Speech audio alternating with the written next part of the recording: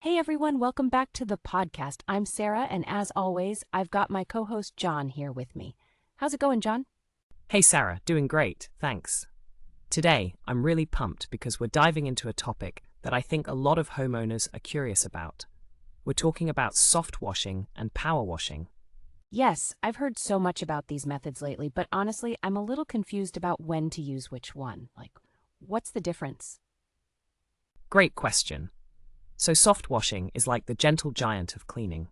It uses low-pressure water with eco-friendly solutions to clean delicate surfaces, think roofs and wooden decks, without causing any damage. Oh, that sounds super safe. So it's fantastic for things like vinyl siding and roofs. But what about power washing? I've heard that's the go-to for tough stains. Exactly.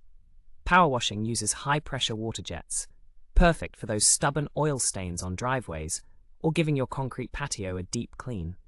But you've got to be careful. It can damage more delicate surfaces if you're not cautious. Right. So it's like the heavy-duty version. I suppose it's all about knowing your surfaces, right? Like using the right method for the right job? You got it.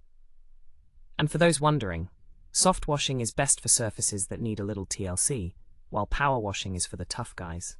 And hey, if you're ever in doubt, reaching out to a professional service can save you a ton of headaches. That's a solid tip. So to wrap it up, if you want to preserve your home's delicate features, go soft. If you need to blast away grime, power up. Thanks for tuning in, everyone. Catch you next time, and remember to keep your home shining bright.